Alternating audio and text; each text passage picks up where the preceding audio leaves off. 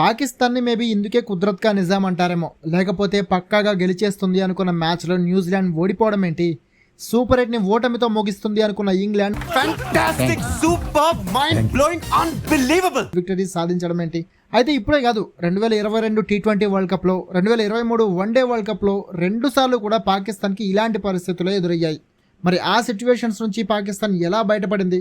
శ్రీలంకతో మ్యాచ్లో కూడా పాకిస్తాన్కి అలాగే కుదరత్గా హెల్ప్ దొరుకుతుందా? అయితే న్యూజిలాండ్ రిజల్ట్ వచ్చేసింది కాబట్టి ఇప్పుడు లంకతో మ్యాచ్లో పాకిస్తాన్ ఎగ్జాక్ట్గా ఎన్ని రన్స్ తేడాతో గెలవాలి, లేదా ఎన్ని ఓవర్ల లోపు ఎంత టార్గెట్ చేస్తే సెమీస్ చేరే ఛాన్స్ ఉంటుంది. అన్నిటికంటే ముఖ్యంగా ఇప్పటికే సూపర్ 8లో ఆడిన 2 మ్యాచ్లో రెండింట్లోనూ ఓడిపోయి ఇప్పుడు 3వ మ్యాచ్లో, అది కూడా సొంత గ్రౌండ్లో సొంత అభిమానుల మధ్య శ్రీలంక పాకిస్తాన్ చేతిలో అంత దారుణంగా ఓడిపోయే ఛాన్స్ ఉందా? పదండి, ఇలాంటి మోస్ట్ ఇంట్రెస్టింగ్ అండ్ ఎగ్జైటింగ్ క్వశ్చన్స్కి ఈ వీడియోలో సమాధానం తెలుసుకుందాం. న్యూజిలాండ్పై అన్ఎక్స్పెక్టెడ్ విక్టరీ సాధించిన ఇంగ్లాండ్ సూపర్ 8లో ఆడిన 3 మ్యాచ్లో 3 గెలిచి సెమీస్లోకి సాలిడ్ ఎంట్రీ ఇవ్వడమే కాకుండా పాకిస్తాన్ని కూడా సెమీస్ రేస్లోకి తీసుకొచ్చింది. దీంతో శుక్రవారం శ్రీలంకతో పల్లెకెలలో డూ ఆర్ డే ఫైట్కి రెడీ అవుతోంది పాకిస్తాన్. అయితే ఈ మ్యాచ్లో పాకిస్తాన్ జస్ట్ గెలిస్తే సరిపోదు, ఆ గెలుపు ఎలా ఉండాలంటే తెల్లారి T20 వరల్డ్ కప్ వార్తల్లో అదే హెడ్లైన్ కావాలి. మరి పాకిస్తాన్కి అంత సత్తా ఉందా? పెద్దగా ఉన్నట్లేం కనిపించడం లేదు. పాకిస్తాన్ శ్రీలంక బలాలు బలహీనతలు, 2 టీమ్స్లో బ్యాటింగ్ పరమ దరిద్రంగా ఉంది, అందులో ఎలాంటి డౌట్ లేదు. అయితే పాక్లో సాహిబ్జాదా ఫర్హాన్ కొంచెం ఫామ్లో ఉన్నాడు, లంకలో ఒక్క బ్యాటర్ కూడా లేడు. పాతుమ్ నిస్సంక, కుశాల్ మెండిస్ స్టార్టింగ్లో ఫామ్లో ఉన్నట్లే కనిపించినా గత 2 మ్యాచ్ల నుంచి పూర్తిగా ఫామ్ పోగొట్టుకున్నారు. ఇక బౌలింగ్ విషయానికి వస్తే పాక్ దగ్గర తోపు తుర్రుమ్ ఖాన్గా చెప్పే తారిక్ అహ్మద్తో కలిపి పేరుకి 6 స్పిన్నర్లు ఉన్నారు, కానీ ఎవరంత ఫామ్లో లేరు. పేసర్లలో షాహీన్ అఫ్రిది లాస్ట్ మ్యాచ్లో ఫామ్లోకి రావడం పాక్కి కొంచెం కలిసి వస్తుంది. అయితే శ్రీలంకకి మాత్రం ఈసారి టైం ఏమాత్రం కలిసి రావడం లేదు.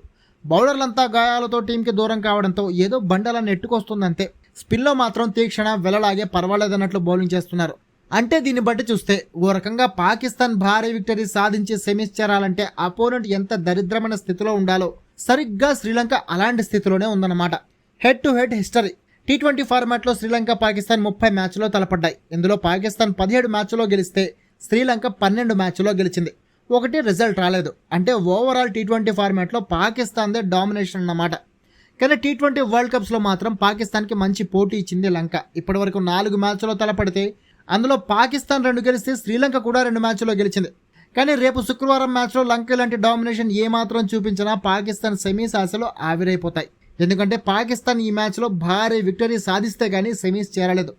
పాకిస్తాన్ని సెమీస్ చేర్చే లెక్కలు ప్రస్తుతం పాకిస్తాన్, న్యూజిలాండ్ 2 టీంల దగ్గర 3 పాయింట్లు ఉన్నాయి. అయితే కివీస్ ప్లస్ 1.390 రన్ రేట్తో ఉంటే పాకిస్తాన్ మాత్రం -0.461 రన్ రేట్తో చాలా వెనకబడి ఉంది. మరి దీన్ని పాకిస్తాన్ కవర్ చేసి కనీసం ప్లస్ 1.400 రన్ రేట్ సాధిస్తే పాయింట్స్ టేబుల్లో కివీస్ని వెనక్కి నెట్టి సెమీస్ చేరుతుంది. అంత రన్ రేట్ కావాలంటే శ్రీలంకని 64 రన్స్ కంటే ఎక్కువ మార్జిన్తో కానీ, లేదంటే 78 బంతులు లేదా అంతకంటే ఎక్కువ తేడాతో కానీ ఓడించాలి.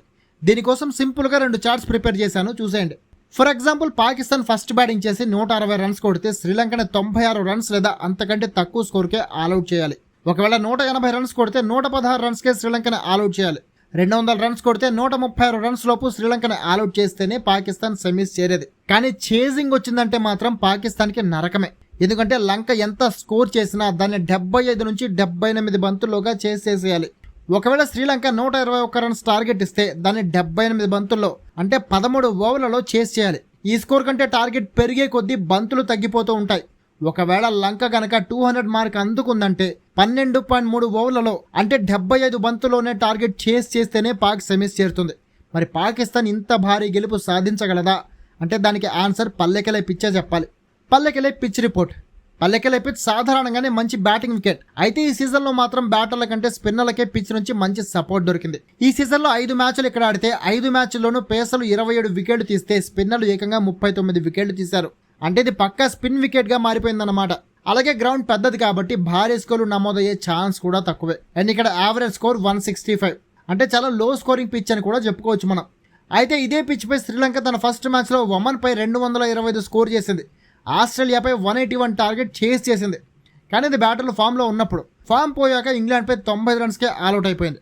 సో రేపు మ్యాచ్లో కూడా లంక అంత భారీ స్కోర్ చేస్తుంది అనిపించడం లేదు. ఇక రేపు మ్యాచ్ జరిగేది నైట్ కావడంతో సెకండ్ బౌలింగ్ చేసే టీంకి డ్యూ పెద్ద అడ్డంకి కాబోతుంది. కాబట్టి డ్యూ నుంచి తప్పించుకోవడానికి ఏ టీం టాస్ గెలిచినా సరే ఖచ్చితంగా చేసింగ్ తీసుకుంటుంది. దానివల్ల బ్యాటర్లకి కొంచెం సపోర్ట్ దొరుకుతుంది. 2022-23లో ఏం జరిగింది? దాదాపు అన్ని ఐసీసీ టోర్నీలో ఇలాంటి ఇరుకు పరిస్థితుల్లో చిక్కుకోవడం పాకిస్తాన్కి బాగా అలవాటు. 2022 టీ20 వరల్డ్ కప్లో ఇండియా జింబాబ్వే చేతిలో ఓడిపోయిన పాకిస్తాన్ దాదాపు టోర్నీ నుంచి అవుట్ అయిపోయింది. అలాంటి టైంలో సౌత్ ఆఫ్రికాపై నెదర్లాండ్స్ అన్ఎక్స్పెక్టెడ్ విక్టరీ సాధించడంతో పాకిస్తాన్ బంగ్లాదేశ్ని ఓడించి సెమీస్ చేరింది. ఆ తర్వాత 2023 వన్డే వరల్డ్ కప్లో కూడా అంతే. అయితే ఈసారి పాకిస్తాన్కి లక్ కలిసి రాలేదు. ఇంగ్లాండ్తో చివరి లీగ్ మ్యాచ్లో పాకిస్తాన్ సెమీస్ చేరాలంటే ఇంగ్లాండ్పై అతి భారీ విక్టరీ కావాలి. ఎలా అంటే ఇంగ్లాండ్ ఒకవేళ 300 స్కోర్ చేస్తే దాన్ని పాకిస్తాన్ 6.1 ఓవర్లలో చేసేయాలి. లేదంటే 287 రన్స్ తేడాతో ఇంగ్లాండ్ ఓడించాలి. ఈ రెండు కష్టమే. సో పాకిస్తాన్ ఆ మ్యాచ్లో ఓడిపోయింది. మరి రేపు శ్రీలంకతో మ్యాచ్లో కూడా పాకిస్తాన్కి 2022 టీ20 వరల్డ్ కప్లోలా కుదరత్ హెల్ప్ దొరుకుతుందా, లేదంటే 2023 వన్డే వరల్డ్ కప్లోలా హ్యాండ్ ఇస్తుందా చూడాలి. అయితే లంక మాత్రం ఆల్రెడీ 2 మ్యాచ్ల్లో ఓడిపోయిన అవమానాన్ని కనీసం కవర్ చేసుకోవడానికైనా ఈ మ్యాచ్లో ప్రాణం పెట్టి ఆడుతుంది. ఎట్టి పరిస్థితుల్లో ఓడిపోవడానికి ఒప్పుకోదు. అదే పాకిస్తాన్కి ఇక్కడ పెద్ద పరీక్ష కాబోతుంది. ఇక ప్లేయింగ్ 11 విచిత్రం ఏంటంటే 2 టీమ్స్లో మార్పులు చేయడానికి కానీ బెంచ్ ప్లేయర్లను టెస్ట్ చేయడానికి కానీ ఎవరి దగ్గర ఎవ్వరూ మిగలలేదు. పాక్ దగ్గర బెంచ్లో ఆటగాళ్ళు ఉన్నా వాళ్ళు టీంలో ఉన్న ప్లేయర్ల కంటే దరిద్రమైన ఫామ్లో ఉన్నారు. ఇక లంకలో బెంచ్లో ప్లేయర్లే కరువు అయిపోయారు. సో దాదాపు లాస్ట్ మ్యాచ్ ఆడిన స్క్వాడ్లతోనే 2 టీమ్స్ ఈ మ్యాచ్ ఆడే ఛాన్స్ ఉంది. ఇక ఏది ఏమైనా ఆడుతోంది పల్లెకిలే పిచ్ కాబట్టి పాకిస్తాన్ దగ్గర ఉన్న 6 స్పిన్నర్ల లాంటి బౌలర్లు, శ్రీలంకలోని 3 స్పిన్నర్లలో ఎవరు బాగా బౌలింగ్ చేస్తే ఆ టీం గెలుస్తుంది. అలాగే 2 టీమ్స్లో పరమ చెత్త ఫామ్లో ఉన్న బ్యాటర్లలో ఫామ్లోకి ఎవరు వస్తే వాళ్ళ టీం గెలుస్తుంది. నన్ను అడిగితే మాత్రం ఈ మ్యాచ్ గెలిచే అవకాశాలు పాకిస్తాన్కి కొంచెం ఎక్కువగా ఉన్నాయి. అయితే భారీ మార్జిన్తో గెలుస్తుందని మాత్రం నేను అనుకోవట్లేదు. మరి మీరేమనుకుంటున్నారు? ఈ మ్యాచ్లో పాకిస్తాన్ గెలుస్తుందా, శ్రీలంక గెలుస్తుందా? ఒకవేళ పాకిస్తాన్ గెలిస్తే భారీ మార్జిన్తో గెలిచి సెమీస్కి క్వాలిఫై అవుతుందంటారా? మీ ఒపీనియన్ కామెంట్ చేసి చెప్పండి.